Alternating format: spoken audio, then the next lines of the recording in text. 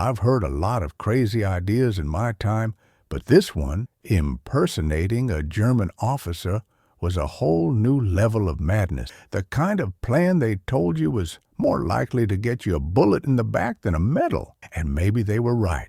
They told me it was suicide. They told me I was out of my mind. But when you've seen enough of your friends die, when you watched men you've flown beside vanish without a trace, you start thinking differently. You start realizing that some risks aren't risks at all, not if it means saving the lives of the men around you. That's why, when they told me it was impossible, I ignored them. The alternative was unthinkable. 300 men, 300 of our boys, walking straight into the jaws of death with no idea of what awaited them. I couldn't let that happen. It was early March 1945. The war had been dragging on for what felt like a lifetime, but we weren't out of the woods yet. The Germans were on the defensive, sure, but their lines were still strong, their forces still dangerous. Our next mission was a big one, an all-out strike on one of their supply depots that was essential to keeping their front line stable. If we hit that depot hard enough, it could be the breaking point, the last push that ended the war. But we didn't have accurate intel. Our intelligence was outdated, and the lines between us and the Germans were thin. We were walking blind into enemy territory, and I knew the lives of our soldiers, our bombers, were on the line. So I volunteered. I had no business being the one to step up, but the choice was clear. The job needed to be done. I didn't think about what could go wrong. I didn't even really think about what it would cost me. All I saw was the opportunity to change the tide, to give our boys a chance. I'd spent time behind enemy lines before, early in the war, when we had a foothold in Germany. I'd learned a few things about how they moved, how they thought, how they looked at the world. But I didn't speak German well, not enough to pass as a real officer. I could barely string together a sentence without sounding like a total amateur. But they gave me a uniform, an officer's rank. Key phrases would help me guard, give me a moment of breathing room before I got close enough to the German lines to do some damage. And they gave me a warning. If they see through you, if you make one mistake, you'll be dead before you even get a chance to run. They didn't say it in so many words. I could hear it in their voices. They thought a death sentence. But what other choice did we have? Our bomber crews were going in blind. We needed to know where the enemy's reinforcements were, where their supply lines were still intact, where the strongest defenses were. And I was the only one who could get that. I remember the first time I put that German officer's uniform on. The jacket fit a little tighter, and the pants like I was wearing someone else's skin. Looking at myself in the mirror, I didn't see the face of the man who had flown hundreds of missions over Europe. I didn't see the guy who had laughed with his squadron in the mess hall, or the one who kissed his wife goodbye for the last time before heading off to war. No, this time I saw a man who was no longer American. I was a German officer. The reflection staring back at me wasn't the person I had been. It was someone else entirely. My hands shook as I buttoned the uniform up, and the weight of it seemed to press me down like the weight of the whole war. I knew how insane it was. I knew how quickly this could all go wrong, but there was no turning back. I said goodbye to the guys in the barracks like everything was normal, like I wasn't about to walk into enemy territory as an enemy myself. But inside, everything was different. Every step I took felt like it could be my last. The truck ride out to the front lines felt like hours, even though it was only a few miles. Every bump in the road made my stomach lurch. Every glance from the soldiers around me made me feel like I was wearing a neon sign saying imposter. But they didn't care. They didn't look twice. The Germans had their own problems to deal with. As long as I kept my head down, kept moving with purpose, I'd blend in. At least that's what I told myself. When I reached the checkpoint near the German, my heart was in my throat. I could hear the guards' voices over the low rumble of the trucks and machinery. I had to pass them without giving anything away. Without a second thought, I raised my hand in salute just like I'd seen the officers do 100 times. I kept my voice steady, reciting the German phrases I'd memorized. My accent's thick, but it didn't seem to matter. They didn't question. The guards barely glanced at me as I walked past, but inside, I was shaking. Every fiber of my being screamed that I was about to be caught, that it was only a matter of time before someone realized that I wasn't one of them. I kept going. I had to. Once I was inside the camp, I couldn't think. I couldn't process the reality of what I was doing. All I could focus on, moving. Every officer I passed, every soldier who eyed me up and down, every second that ticked by felt like an eternity. I had to keep up the act, had to stay in character, but deep down, I knew it was a game of inches. One slip, one wrong move, and I was done. I made it to the depot. It was more heavily fortified than I had imagined. Guards everywhere, guns aimed at anything that moved. My heart was pounding in my chest, my palms slick with sweat. But I didn't stop. I couldn't. Not now. I needed to get the documents, the supply lines, the troop positions, everything that could help us break their defenses and save our men. When I found the information, I felt a small sense of relief. I grabbed it, tucked it under my jacket, and prepared to head back out. But then it happened. As I turned the corner, a German officer grabbed my arm. His grip was tight, unyielding, and I froze. For a split second, I thought I was done. He looked me up and down, and I could see the suspicion in his eyes. I couldn't breathe. My mind was racing. What the hell was I going to do? Without thinking, I saluted him. "Herr Oberst," I said, my voice steady, despite the storm of panic inside me. I was praying it would work. I couldn't let him see through me now. I couldn't let him hear the fear in my voice. He stared at me, suspicion still there. My heart was in my throat. My thoughts scattered, but somehow he nodded and let go of my arm. "Go," he said, his tone curt, before turning away. I don't know how I didn't pass out right there. The relief was overwhelming. I had the information we needed. I made my way back to our lines, walking like I'd just escaped from hell. Every step was harder than the last, but I was alive. And more importantly, I had the intel that would save 300 men. That night, I briefed the command staff. They couldn't believe it. The documents were perfect. The supply lines, the German troop movements, everything we needed to destroy their defenses and hit them where it hurt. We hit that depot hard the next day. And we didn't just take out their supply line, crippled their forces. It was one of the turning points of the war. And I knew that if I hadn't taken that insane risk, if I hadn't disguised myself and walked straight into the heart of their camp, we would have lost more men. That would have been the end. They told me impersonating a German was suicide. They told me it was impossible, but they were wrong. And because of that, 300 of our boys came home, and I'm still here, breathing. The days after the mission felt like a blur.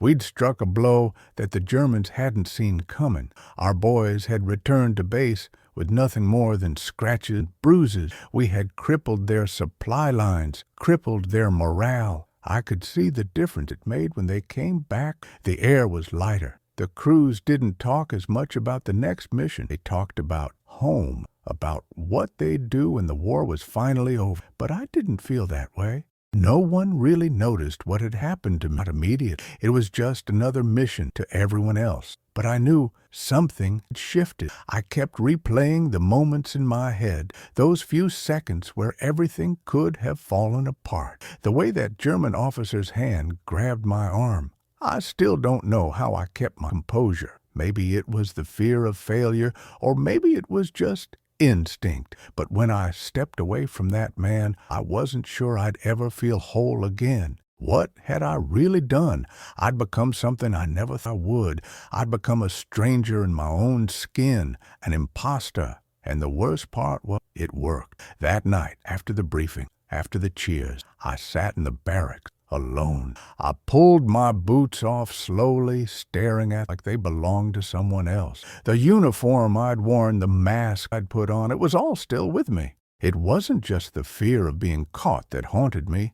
It was the knowledge that I'd deceived everyone, including myself. The lines I had crossed felt so much deeper now. I had looked into the enemy's eyes, walked among them, and lied with every breath. And the strangest part was, I had done it to save them, my men, my brothers. But I couldn't shake the feeling that in some ways I had sold a part of myself in the process. Weeks passed. The war raged on. We moved from one mission to the next. Every day felt like a gamble, and every flight seemed more dangerous than the last. But every time I climbed into the cockpit, I couldn't forget the faces of the men I had saved, the ones who had been inches away from walking into death's mouth without even knowing it. In a way, I had become their ghost, their protector, and that thought should have been comforting. But the truth was, it didn't matter how many men I saved, how many lives I spared. What I did that day would stay with me forever. I couldn't talk to anyone about it. Who would understand? The guys would joke, say I'd done the impossible, but they didn't see what I saw. They didn't feel what I felt. They didn't know that when you're in the thick of it, when you're staring death in the face, you lose a little piece of soul every time. One night, as I was staring out the dark sky, I thought about giving up. I thought about the faces left behind, the ones I couldn't save, the ones I couldn't even name anymore. When you've survived long enough, you start to wonder who's really alive, the living or the dead, because the ones who come back from the front lines are never the same. They're just walking ghosts, each of us carrying the weight of the men who didn't make it. Then came the day I found out what it had really cost. It was the kind of morning you knew something was off before you even looked outside. The air felt heavy, the sound of the engine, the hum of the bass. It all had this tense energy, like the calm before a storm. I was walking down the corridor when I heard the voice of the commander. He was standing by the door to the briefing room, eyes scanning the papers in front of him. His gaze locked on me when I walked up. "You did a hell of a job on that mission," he said, his voice quiet. But there was something in it, something more than praise. It wasn't just approval, it was understanding. He saw through the crack. I swallowed hard, trying to keep my face neutral. "Thank you, sir. You know," he continued, "there are things that happen on this war that we don't talk about. Not in public, not ever. But you saved a lot of lives, more than you can probably ever realize. You and I, both. I know that." Unsure of what else to say. "I just want you to know," he said, his voice lower now. "We're all carrying this weight, all of us. And some days it feels like the weight's gonna break us. But what you did, it changed things for a lot of people." His words hung in the air for a long time. I wasn't sure if I felt relief, guilt, or something else entirely. But what I did know was that even though no one would ever understand the full weight of it, my mission had worked. It had saved those men. It had changed the course of that battle. But it had also changed me. And as I left the briefing room, the gravity of it all hit me harder than anything else. I've spent a lot of years trying to forget that day, trying to bury the truth about what I did. But every once in a while, when I close my eyes, I'm right back there again, walking in that German officer's boots. The weight of it presses, and for a second, I feel the cold, hard truth of everything But then I remember those 300 men, the ones who came home for just a moment. That's enough. You don't talk about the things that break you, not to anyone. But sometime you have to remember the sacrifices you made, cost of survival, because it's all connected. And I can't forget that. I'll never forget that. Time has a way of burying things. The moments that feel like they'll define you forever, the ones that shake you to the core, they all blur into the past eventually, faded by distance, slow, inevitable march of time. But the problem with that is you don't really forget. You just find ways to live with it, ways to bury it beneath the surface, even if you know it'll always come back. The war ended. The world moved on.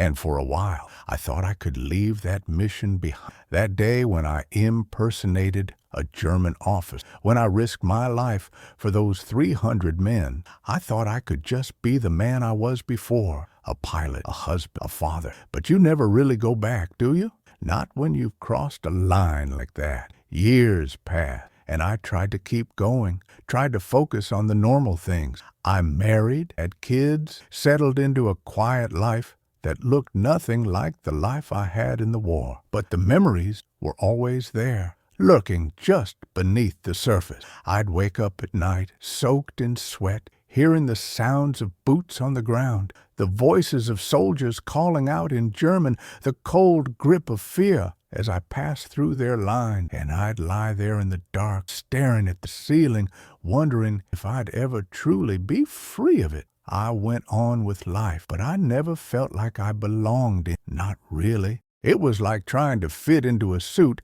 that no longer fit, one that was too tight in places and too loose in others. You don't come out of war whole, no matter how many medals they give you, no matter how many times you shake someone's hand and smile and tell them you're fine. It's all up. There was one night, years after the war, when I was sitting alone in my living room. The kids were at their grandma Grace out shopping. The house. I had a drink in my hand, the glass cold against my fingers. And for the first time in a long time, I thought about that day. I thought about what I'd done, about becoming someone else, pretending to be the enemy, walking through their camp with death, hanging on every step. I didn't feel like a hero that day. I didn't feel brave. I felt like a man doing what had to be done, even if it meant losing part of himself in the process. The weight of that decision hit me harder in that quiet moment than it ever had in the years since.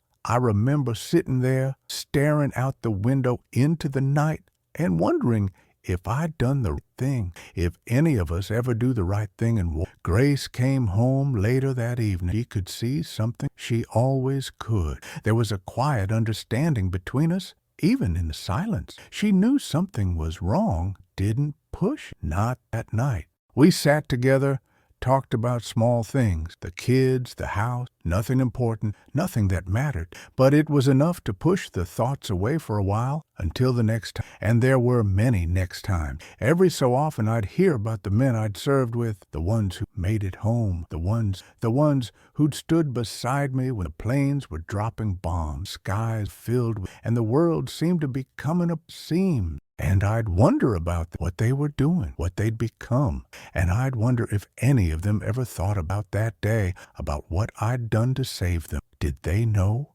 Did they ever understand why I risked my life for them? Did they ever realize how close we all came to losing everything? Or did they move on like I tried to? Did they carry the same ghost? Or had they forgotten the cost of survival? I never had. I remember the first time I saw one of them after the war ended.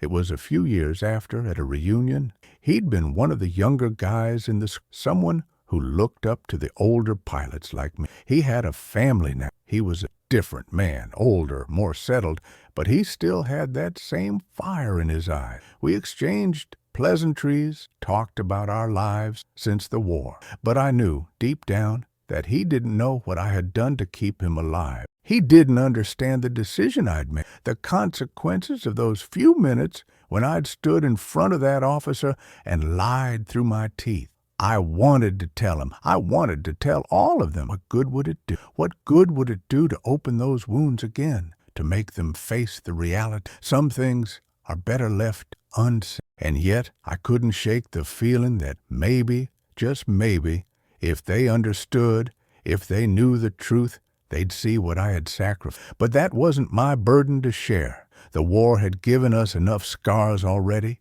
I learned something in the years that followed. Survival is not about escaping death. It's not about avoiding the things that kill you. It's about carrying the weight of those who didn't make it and somehow learning to live with it. Maybe that's why we all carry so much, because in the end, you can't truly survive unless you remember. You can't forget those men, those moments, those choices. I didn't talk much about the war after it ended. It wasn't something you could explain in a few sentences. It wasn't something you could brush off, not really. But every time I see a plane in the sky, every time I hear the sound of an engine roaring overhead, I think about those 300 men. I think about the ones I saved and the ones I couldn't. I think about the choices we make in those split seconds when our lives and the lives of others hang in the balance. In the end, I don't know if I'll ever feel peace about what I did. Maybe peace isn't something you get after war. Maybe peace is just the absence of noise, the quiet after the storm, the stillness that settles in when the world has moved on and you're left with your own thoughts. But for the rest of my life, I'll carry that weight. And maybe, just maybe, that's the price of survival. There are days when the past feels like a ghost standing right behind me, just out of reach. It's in the quiet moments when the world seems to stop spinning for a second that the memories come rushing back. The weight of them, the sound of the planes above, the coldness of the German officer's eyes as I stood there pretending to be one of them. And then there's that split second when I could hear the sound of my own heartbeat in my ears, pounding fast as I held my breath, praying he wouldn't see through me. But in the end, he didn't. He walked away just like I had hoped. But I don't know if I ever truly walked away from it. Life after the war wasn't easy. It wasn't some clean break where you just pack up, pass, forget it. There's no easy way to come back. You don't simply wake up and go about your day like nothing ever happened. The world doesn't let you forget what you've done, what you've had to do to survive. The faces of the men you've saved, the ones who never made it, they follow you in the quiet moments, in the hours when you think finally free of it. Sometimes when I look at my children, I wonder how much of me they'll carry with them. Will they see me as the man who protected them, who gave them a good life after the war, or will they sense the ghosts of the past, even if I never speak of it? It's a strange feeling, knowing that part of me will always be locked away, hidden behind a smile or a handshake, something I can never truly explain to them. I've tried to forget, tried to bury those memories beneath layers of normalcy, but they're never really gone. They're just quieter now. There are nights when I sit in the dark, the weight of everything pressing down on me. I wonder if it was worth it. The lives I saved, the ones I didn't, the choices I made, were they worth it? I've spent years trying to convince myself that I did what I had to do, that I made the right call in the moment. But deep down, I know there's a price that can't be paid, not with medals, not with praise, not with time. I remember the way I felt when I walked into that camp, when I saw the German officers up close. They didn't see me for who I was. They saw a man wearing a uniform speaking their language, but in reality, and one of them, I wasn't a German caught doing what my men can. But the truth is, no one really comes home, not when you cross the line like that. It wasn't until years later that I truly understood the depth of what I had done, the weight of the lie I told, the way I had to bury a part of myself just to survive. You can fool the enemy, fool your comrades, fool the world, but you can never fool yourself. That man I became that day, that German officer, he's still with me, in my thoughts, in my nightmares, in the quiet moments when I wonder what I've become. And yet, I can't bring myself to regret it, because I saved those 300 men. I gave them a chance to come home, to live the life they should have lived. I gave them a future, and I can't ask for anything more than that. No, I won't regret it. But that doesn't mean it doesn't haunt me. The question of who I had to become to do it, the man I had to leave behind. Some days, I still wonder if they'll ever truly understand. The ones who came home, the ones who never saw what I did, never understood the price of survival. Maybe they never will. Maybe it's better that way. They never had to carry the ghosts I do. They never had to make the choices I made. But I can't shake the feeling that somewhere deep down they should know. They should understand the truth of what it took to bring them back to safety. Maybe I don't need to say it out loud. Maybe just living with it is enough. The hardest part of surviving, I've learned, isn't the war itself. It's living with what you've done after. It's waking up every day knowing that the man you used to be is lost and the man you've become is still figuring out how to live with the consequences of choices. It's learning to find peace in the chaos of what you've done. In the end, I suppose that's all we really can do. Learn to live with it. The weight of the things we carry, the choices we've made. The price of survival is high, and it's not always paid in medals or recognition. Sometimes it's paid in silence. Sometimes it's paid in years of trying to make sense of something that can never really make sense. But I do know one thing. I did what I had to do. And for all the weight I carry, for all the questions I'll never answer, I can look at 300 men, the ones who came home, and know that I gave them a chance to live. And maybe just that's enough. It's funny how time has a way of changing your perspective. When you're young, you think the hard part is getting through the day, surviving the mission, staying alive long enough to see the end of it. But as the years go on, you realize the real battle is the one that comes after. It's the quiet, the waiting, the silence between breaths. It's living with the memories and the mistakes and the things you can't undo. Sometimes when I'm walking down the street or sitting at a cafe, I look around at people, at families, couples, kids laughing in the park, and I wonder what they'd say if they knew who I really was, if they knew what I'd done,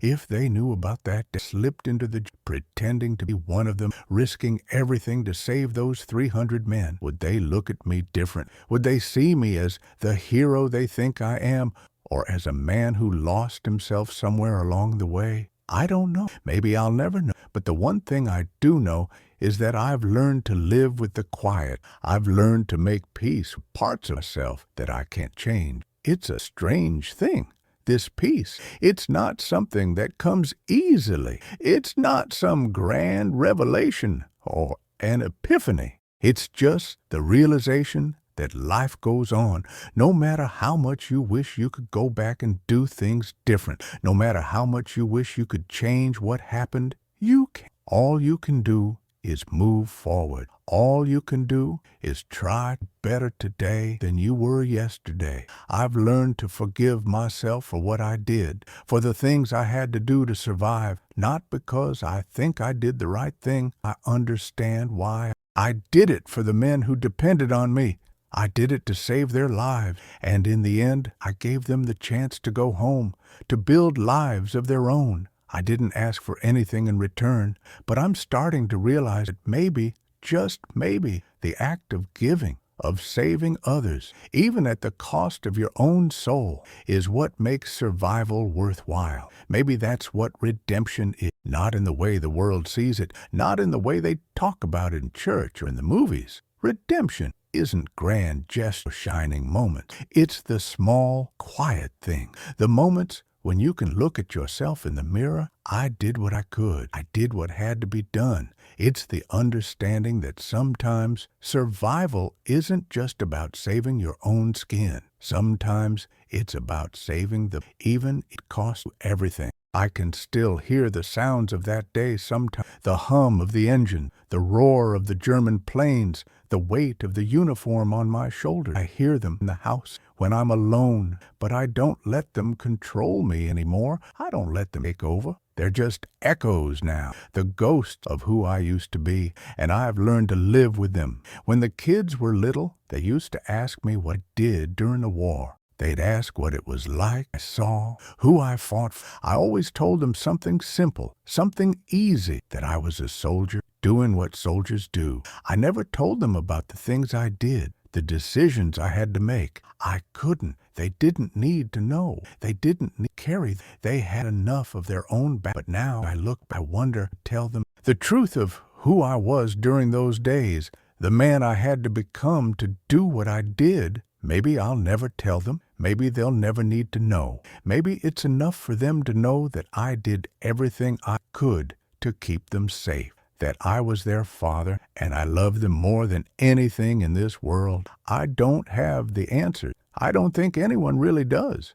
What I do know is that, in the end, the weight of survival is something you carry with you every day. You don't get to leave it behind, no matter how far you run. You don't get to forget the faces of the men you couldn't save, or the ones who trusted you, or the ones you had to deceive to give them a chance to live. But maybe that's okay. Maybe the only way to move forward is to accept some things don't have answers. Some things just have to be lived with. You don't get closure. You don't get peace. You just get the chance to keep going, to keep breathing, and to hope that one day you'll finally find a way to forgive you. As I sit here now, older, with my children grown and the war nothing more than a distant memory, I can't say I've peace. I can't say I've found the answers to the questions that haunt me, but I've found something else, something almost as important. I've found the strength to keep going,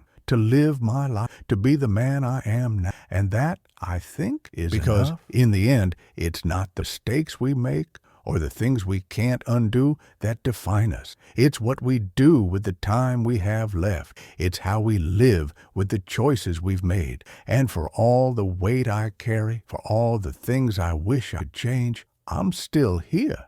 And that, somehow, feels like redemption. War ends, but the scars it leaves never fade. I found myself back in civilian life, or at least I tried to convince myself I was. The truth is, nothing felt the same. The idle chatter, the wind rustling through the trees, everything felt warped, as if a veil had been placed over the world, and I was now just watching from a distance, unable to feel what I once had before the war. I hadn't truly considered the weight of a mission like that, infiltrating enemy territory, pretending to be something you weren't, living the lie, even if that lie meant saving lives. It wasn't just the combat, the risk of getting shot down, or the fear of the enemy. The hardest part was coming back home and knowing that the price of survival was carrying that with you forever. What I did that day, the choice I made, was a mark I would carry with me for the rest of my life. Sometimes the memory of that German officer's face, the coldness in his eye, I kept composure, still haunts me. How did I keep calm? How did I keep playing the role of the enemy, of someone I wasn't, knowing the lives of so many depended on me not faltering? It's not something that ever truly goes away. The memory of his hand on my arm, the seconds stretching on forever, and the tightness in the chest, I prayed he wouldn't see through me. It took me a long time to admit to me done. At first, I thought I'd moved on, that I could slip back into life, into the small pleasures of family and work, and forget what had happened. But you can't forget something like that. The moment you impersonate the enemy, cross into their world, you lose a part of yourself in the process. The guilt, the deception, they linger long after the danger is gone. They become part of who you are, woven into your every day. When I finally spoke to Grace about it, she knew something was off. She could always tell when something was wrong with me, but I couldn't tell her everything. How could I? How could I tell her that I had become someone I wasn't, had done things that were far beyond the limits of what we'd ever talked about in quiet moments together? The man who walked back into that house after the war wasn't the same man who left. The price of what I did was more than I could share, and it felt like it would destroy what little peace I had left. The hardest thing wasn't just the mission, the role I played. It was the silence that followed, the silence of not knowing if what I did was enough or if I had simply crossed a line that I could never return from. I carried it with me every day. When I looked at my children, I wondered if they would ever understand why I couldn't talk about it. Would they ever see the ghost that followed me home? Or would they just see the father I wanted to be, the man who put on a brave face and carried on with life as if nothing had ever happened? The truth is, sometimes I still wonder if I'll ever truly be at peace. The world doesn't give you closure after something like that. You don't get a neat little ending, a ribbon to tie it all up. All you get is the weight of your choices and the long road of trying to live with them. I've come to realize that maybe peace isn't something you get in one big moment. Maybe peace is something you earn day by simply trying to live the best life you can after the war is over. It's small steps, moments of quiet reflection, and sometimes just accepting that the past is a part of you now. You don't bury it, you carry it, and you move forward with it. There are days when I wake up and the ghosts are louder. The memories of the men I couldn't save, the faces of those I helped to survive, all of it swirling in my... But I've learned to live with those. I've learned that they're not just to carry. They're part of the price we all paid. Every man, every soldier, every pilot, we all carry something from that war, something that never goes away, no matter how much time passes. It doesn't make the past easier to bear, but it helps me understand that I'm not alone in carrying it. No one who came back from that war is untouched by it. We all carry the weight.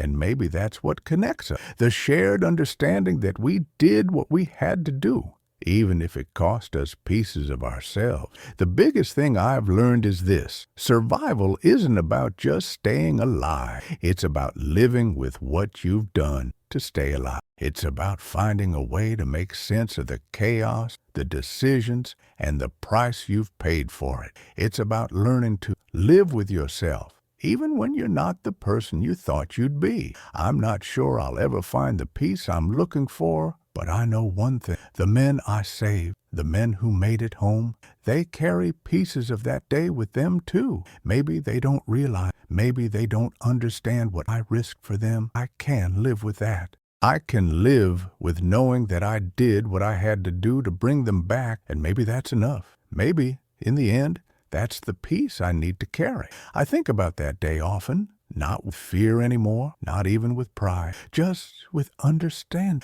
Time has a way of sanding down the edges of memory, softening the sharpness of what once cut deep. The sound of gunfire, the smell of smoke, the pounding of my heart inside that German uniform, they've all faded into something distant now. What remains is the silence after, the long, heavy silence that only those who've seen war can recognize. It's the sound of everything you've lost and everything you've somehow managed to keep. People like to talk about courage as if it's something you can measure in medals or mission. But courage isn't loud. It's not a shout or a battle cry. It's the quiet decision you make when you're shaking so hard you can barely stand and you still step forward anyway. It's not glory, it's endurance. It's the strength to walk into hell not because you want to, because someone has to. When I think back to that mission, the moment I looked that German officer in the eyes and kept breathing, I realized it wasn't just fear that carried me through. It was love. Love for the men beside me. Love for the ones waiting for us back home. Love for the idea that maybe if I made it out, they would too. And that's what I hold on to now. Not the fear, not the guilt, just that simple truth that even in the darkest moments, love can be enough to keep you moving. I've grown old. My hands shake when I hold a pen. My knees ache, stand too long. The war feels like a dream from another life, and maybe that's what it is. Another life I once lived and somehow survived. But every now and then, when the house is quiet and the night stretches long, I can still see them. The faces of the boys I saved, the ones who laughed when we made it back, the ones who never knew how close we came to losing it all. I see them young, frozen in time, untouched by the years that have worn the rest of us down. They live somewhere in that morning sky over Europe, eternal, golden, untouchable. And sometimes I wonder if that's what heaven really is, not pearly gates or angels in white, but the moment you realize the good you did still echoes somewhere, that the people you saved still carry pieces of you in their life. Maybe that's all we can hope for, to have mattered, to have done something, lived the fight. I know my time's getting short. I can feel it in the way the world moves slower around me. But before I go, I want to leave this story behind, not because I need to be remembered, but because the truth deserves to be. Because Someone, somewhere, might need to hear that even in the worst of it, there's still a reason to fight. There's still a reason to believe. So if you've listened this far, if you've stayed with me through the noise and silence, through the fear, calm, thank you. You've carried this story with me, and that means it'll live a little longer. Maybe that's all any of us can really ask for. If you can, leave a like, subscribe, and keep these stories alive. Not for me, for them, for the ones who didn't come back, for the ones who gave everything so we could still have mornings like this, still have skies that aren't filled with smoke. Every time someone remembers, it's like pulling another soul out of the silence. And if you ever find yourself looking a clear day and you see faint white trails, plains, take a moment. Think of them. Think of the boys who never stopped. Somewhere up there, they're still watching.